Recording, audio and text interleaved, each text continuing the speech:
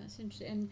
And maybe, Chris, to ask you a little, I mean, the balance between that individual and the team. I mean, it's interesting to hear Paul say that, you know, there's this either implicit or explicit understanding that it's part of a team, but ultimately responsibility, accountability rests with the leader of the team. I mean, how do you feel about that case for getting the balance right?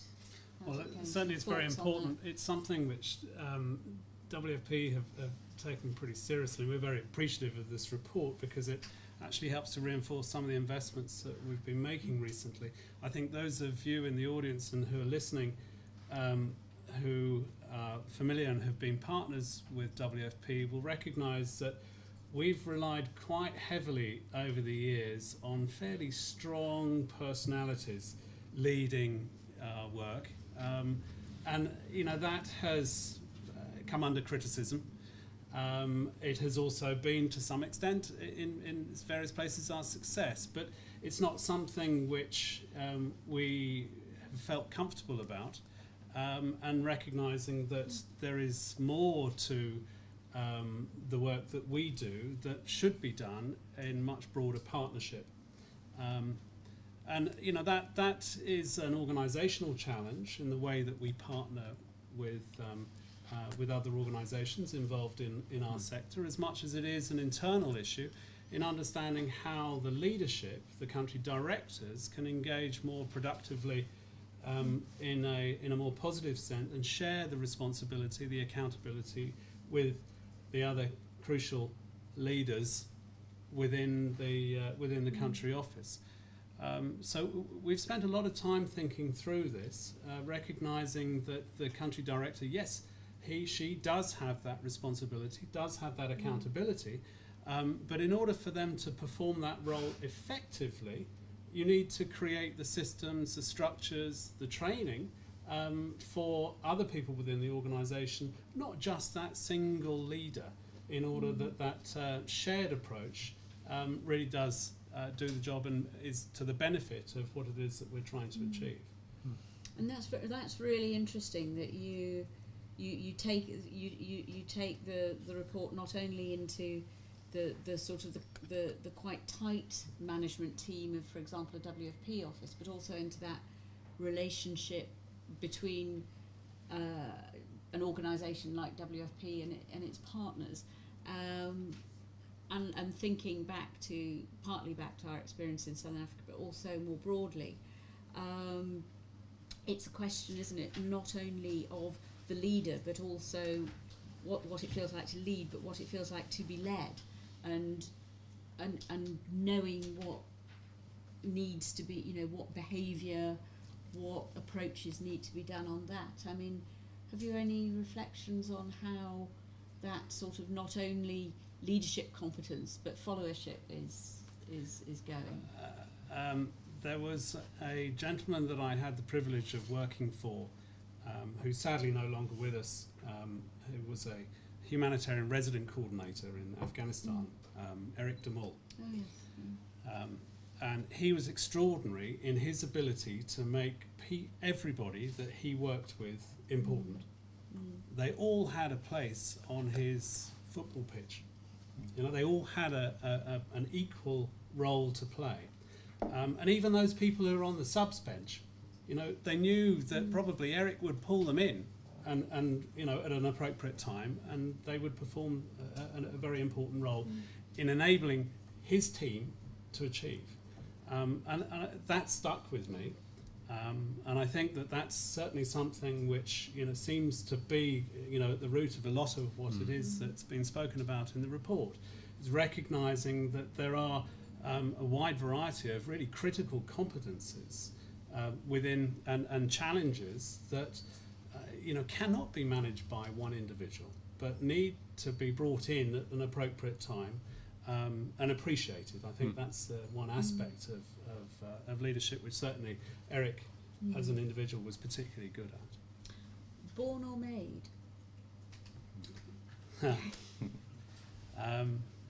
That's a impossible question to answer. It's certainly something which one acquires an appreciation of. Yeah. So, not all situations will necessarily benefit from that type of approach. So, that's. But nevertheless, I think that it's clear that I hate to talk about this, but it's really interesting that the World Cup champions, the winners of the World Cup, they made a point in telling the world that they didn't have any particular leaders or significant individuals, but they worked as a team. And they didn't, and they made out that that was the reason why they are the world champions. Says something. Yeah, I'd agree. I'm not Sorry, sure. I'm English. Yes. Can be developed. I'm not sure I buy into born or made, but definitely there needs to be enough raw material that can be refined and developed and supported within an organisation that will allow for growth, which unfortunately requires some level of failure. Yeah, no, fair enough. And from where we learn most. Yeah. Maybe thinking of a slightly different topic, Chris. I mean, I know ALNAP was really interested to look into different cultural perspectives on leadership and whether different cultures develop different styles and ways of leading. And it's quite surprising in some ways to find that doesn't come through in the report. Were you surprised? Does that run with your experience? Or I was surprised by that finding. I really was. Being a white Anglo-Saxon male, I've often felt and still believe, I'm incredibly privileged in the context of the UN, because somehow or other my understanding of rational organisational thought has really evolved as a result of my cultural upbringing, and it places me at an advantage over others. And to see that isn't necessarily true, coming from the evidence of the report, is a bit of a relief, actually. But that said, I think that it's interesting because if you look at it from other angles, and what are we talking about when we're really referring to culture? All of us probably in this room and others who are listening, have had the opportunity probably of going through an education or a professional work experience that has conditioned and developed a particular culture and understanding of the way things are done, and I think more so in the humanitarian world than maybe in other fields. It's interesting to reflect on where leadership has been found wanting in humanitarian situations, and it's a dangerous thing to say, and I'm looking forward to getting challenged on this, but it's often where people who have not had the experience of humanitarian work have been given responsibility of leading. They've come from the development world, so there's been this expectation that they can perform, that they understand the broadest sense of what assistance is about. But there is a cultural difference that exists in my mind between those that have worked in development versus those that have worked in humanitarian. And it doesn't really come as any surprise these days that those people who are resident coordinators, if they are to become humanitarian coordinators, are now expected to go through an interview process and to demonstrate that they've got the requisite skills. So when you talk about cultures, I'm thinking about it from a slightly different perspective to the one that I know that the report was reflecting on, but I sense that those types of cultural differences are the things that maybe we want to be paying as much attention to, if not more attention to these days than anything else, as the evidence would bear out. No, I think that's a very interesting point. I mean, because I suppose one of the things I wonder as I read the report is this a snapshot of how the culture of the humanitarian sector is at the moment, and are we locking ourselves into that? And by doing so, are we missing different ways of doing things? You know, when I think of experiences I've had where I think, you know, many years ago working in Somalia, my manager there was a Somali doctor who was not in any way, shape or form thinking in the same way as the rest of the team, but who was incredibly influential, and who by example of personal leadership could achieve a great deal more than a rather more structured approach. But it really took a lot of getting used to, you know, and a lot of sitting there thinking, when are we going to do this next, sort of thing, you know, and patience. But in the long run, it's the achievement and the time frame.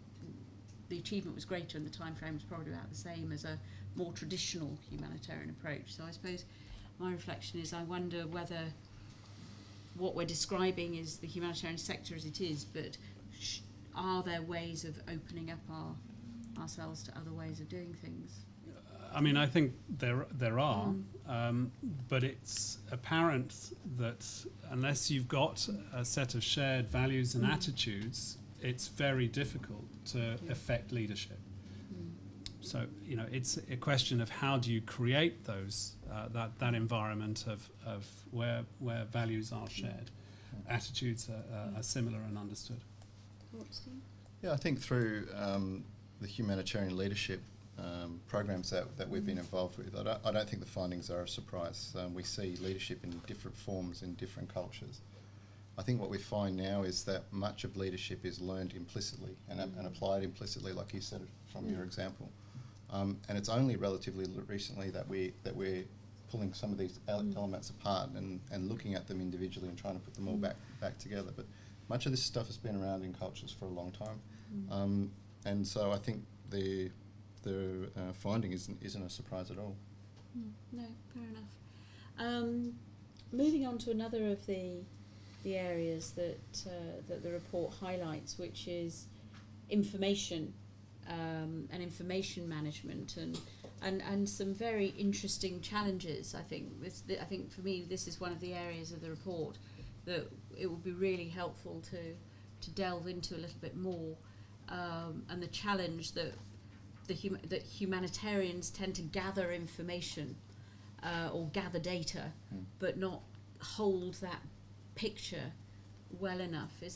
What are your thoughts on that one? Do you have any? Yeah, I think what we've tended to do in the past is to gather enough data for a discrete function, and what the report challenges us is an area of bringing all the data that we have, so observational data as well as collected data, and putting it into a common picture from which we can respond.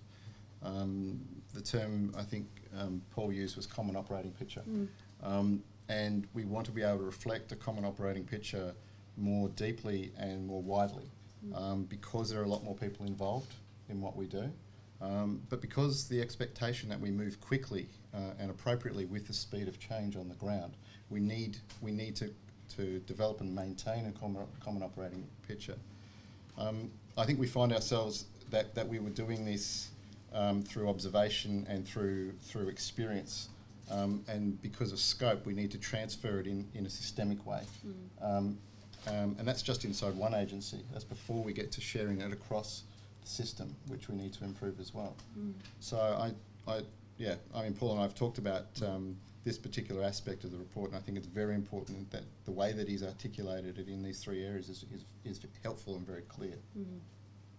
Yeah, I would agree, and as well, I would suggest that certainly from my perspective, one of the challenges of this is the different audiences of that information, you know, and we are all now needing to inform and update so many different audiences who see a crisis from such different perspectives, whether it's, you know, sort of institutional donors, supporters, the Twitterati or whoever, and then our own teams, who quite often it feels we are so close to things on a daily basis that need to step back and see the big picture and have that held as a dedicated responsibility is crucial, and something that it's very easy in that chaos to miss. I mean, is that something you've experienced, Chris, or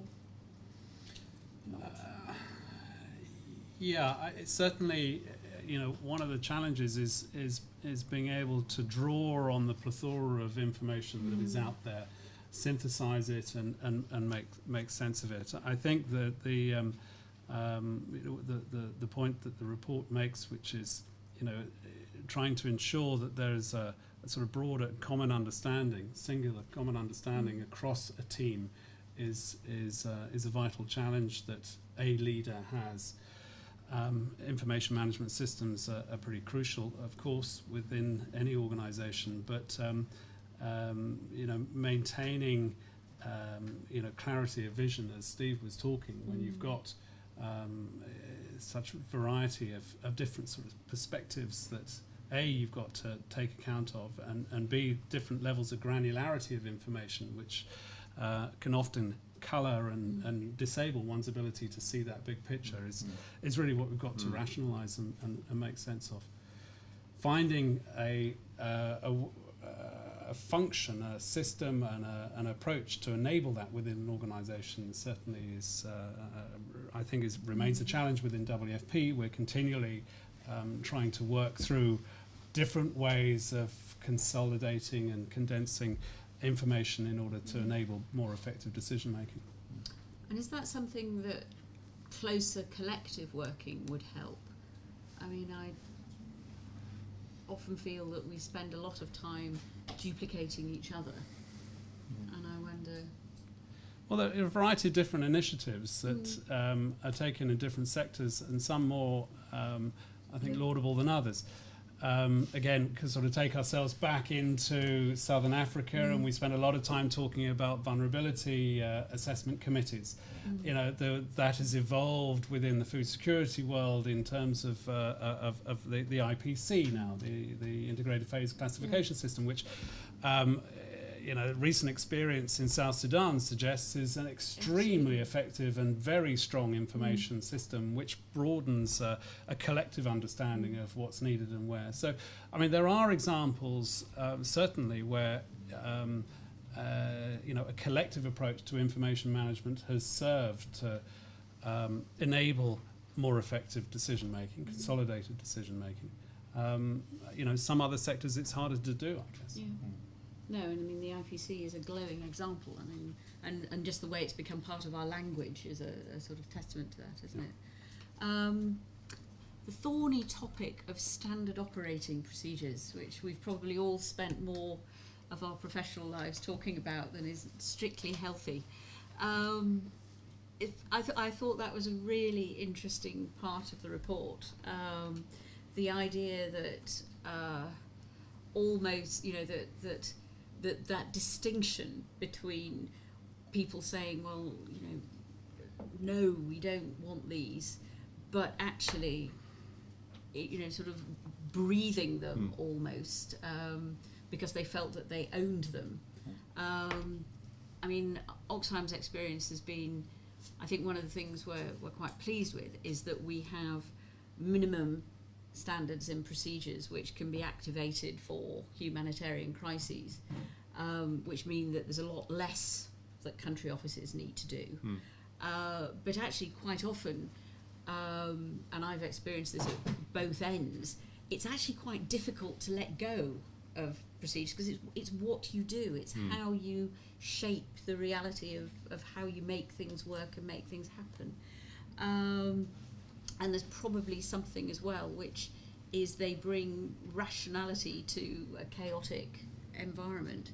So I'd be interested to know what both Steve and Chris, you feel about the everlasting topic of standard operating procedures. Yeah.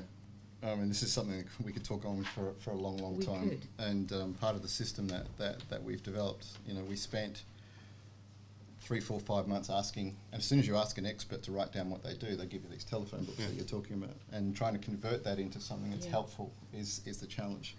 And you're aiming for something that's a handrail that avoids being a straitjacket, and that tension is in the report. It's in everything that we do.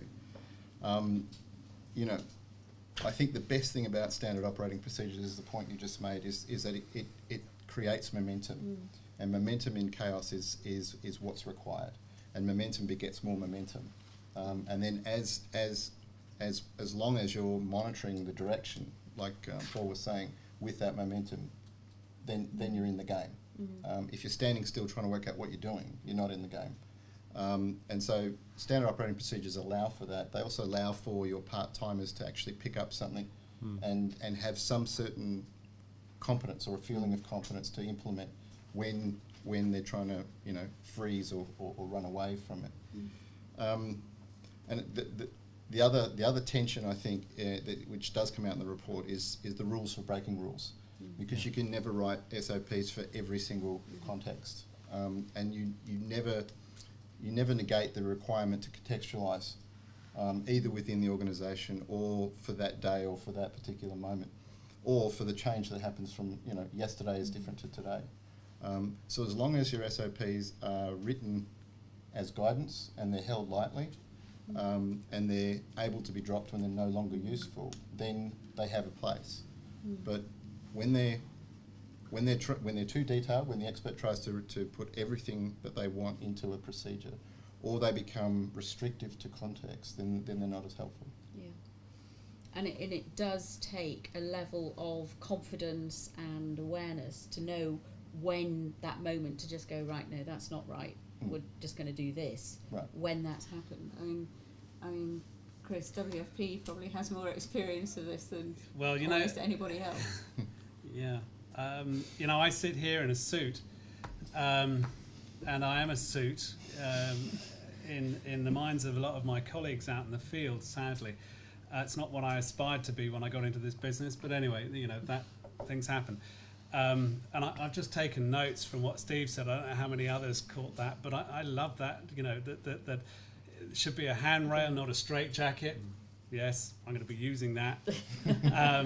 And we will create rules for breaking rules, because, these are the things that make the difference. I think if you're able, my job as Director of Performance Accountability Management, I am making SOPs left, right and centre, and vilified from afar by my colleagues. Now, I sell them on the back of the fact that, listen, a lot of these things are really important. They will save you time. It'll make you more efficient. It'll make you more effective. And who knows, you could actually have some economies there. So, gosh, we'll be able to tick that value for money box, and which everybody's being threatened with by our colleagues in the donor community. So, definitely SOPs help to do all of those sorts of things. But it's getting them applied and getting the colleagues in the field to embrace them and understand that these things are enablers is a trick. There's no question about that. There's something to the way that we have to go about marketing SOPs in order for them to really become effective. We had a mantra when we've done an awful lot of this sort of work within WFP over the last 2 or 3 years, and we've sold it on the premise, particularly to donors, that what we're doing is strengthening management accountability. Of course, they love hearing that kind of phraseology, but we're selling it to our colleagues in the field that this is going to improve your decision-making capability too, because it's going to free you up if you adopt these SOPs. So I very much subscribe to much of what's in the report, and certainly very much would love to be as articulate as Steve has been in describing why it's an important and good thing. Thank you. And right, before we hand it over to the floor, in my sort of chair Dimbleby-esque position, I will just ask you both, though, very briefly, if, having read the report, this discussion, where do you think the most important place is for the humanitarian community as individual organisations, as a whole, to focus when it comes to this issue of operational leadership? What's the thing? Honestly, I think my experience tells me that the answer is around more effective organisational structures, systems, procedures, and effective risk management. Now that won't strike a fire in the minds of many people,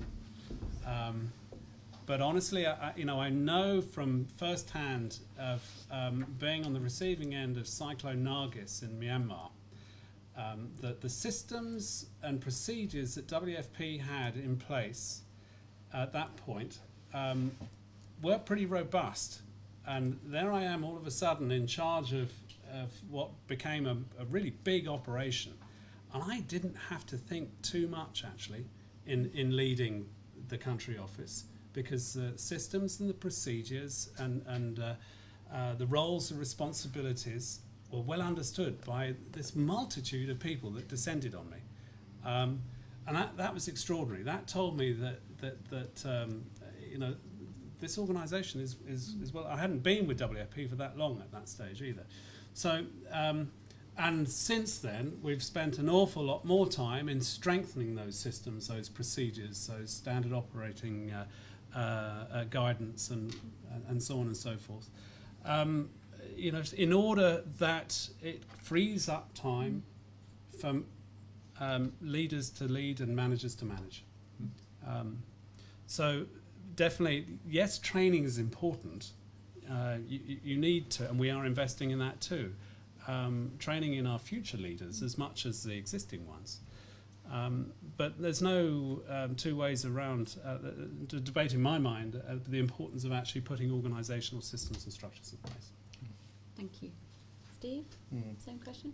Yeah, I agree with Chris. I'd like to see practice and more practice specifically at both ends of the scale. One at the tactical end, so how can I do this differently in different contexts, but also at the executive level, where Paul talks about vision and strategic direction, that executives learn to articulate very clearly, particularly in multi-mandated organisations or across multi-mandated systems, what the purpose of what they're doing is, and avoid delving into or displacing managers whose strategic or operational roles are in difficult areas.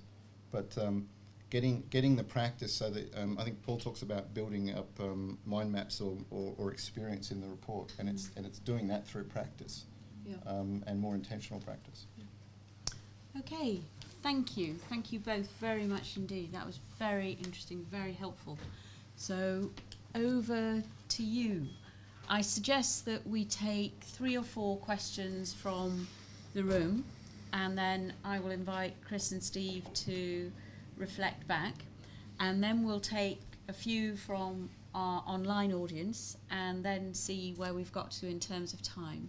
So thoughts, comments, questions from people in the room?